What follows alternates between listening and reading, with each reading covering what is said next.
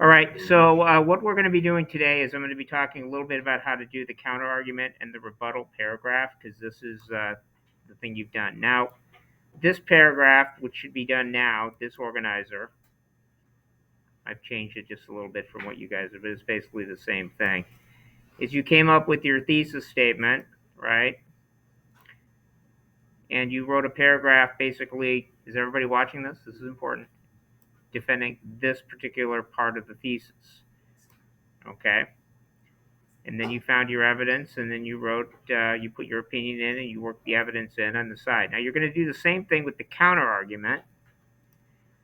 All right. Now, the claim and the counterclaim. Remember, this is a debate paper. Is everybody watching this? It's a debate paper. So it's like you believe that robots are good or bad because people, and then you give your reasoning.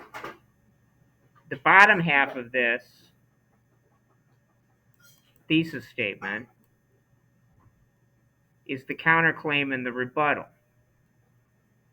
Right? So what you're going to need to do is you're going to basically write. Take your field. You're going to write a paragraph in which you focus on this part of the claim. So that part of the claim you just fill in down here, which is actually just, you can go back into your thing and you start saying some people disagree with me, and you can copy and paste and put that just into the counterclaim argument, and that goes right here. Then what you're going to do is this. Is everybody watching this? Close your Chromebook. Down. What you're going to do is you're going to go to chart number 3, because this is the chart, the third research chart, or the counterargument research chart, because this is somebody who would disagree with you. This is the opposite opinion of what you put in. You only have 2 bullet-pointed notes here. You don't have as much research.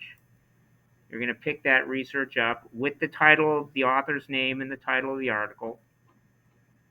Okay?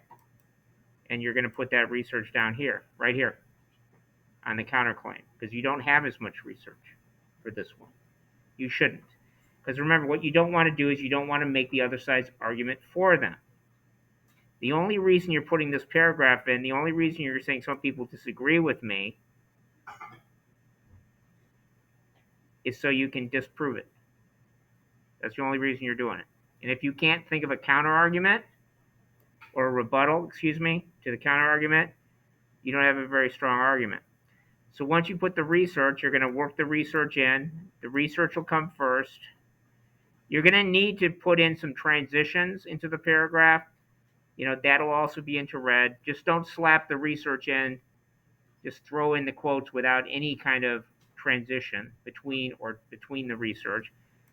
It's not going to be a lot of research because you've only got 2 bullet points that you're using.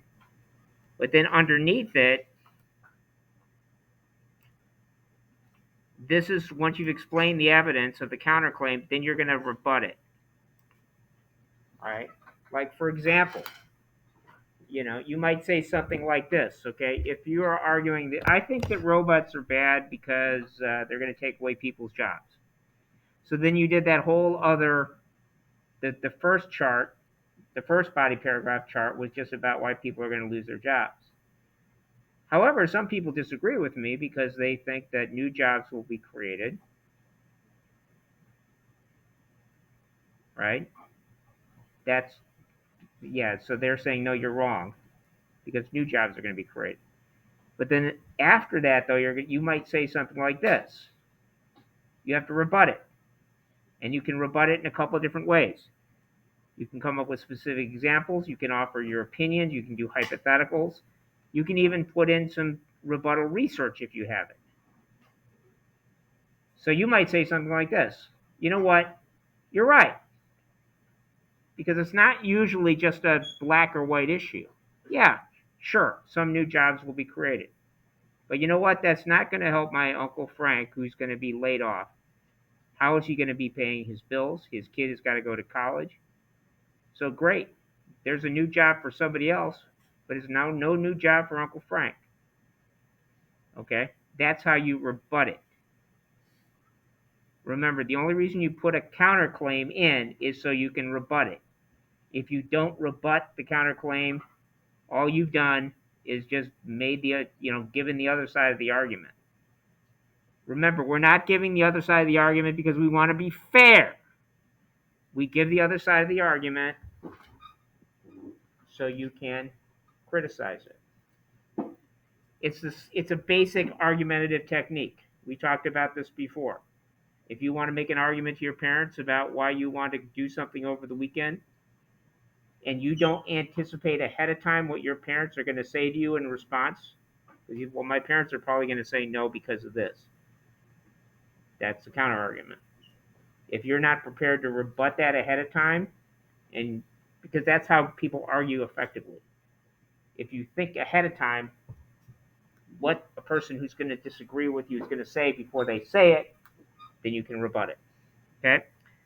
So you should be working on this. You should have more red type in this than black type, because most of this is your opinion.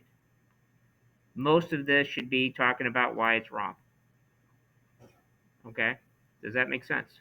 Now, this is due tomorrow. For those of you who don't have the other one done, I'm putting that grade in now. So if it's submitted, then you got it. I'm going to look through just to make sure that you basically did it correctly. I'm not really evaluating it, but once you do that, it'll be fine. So hold on.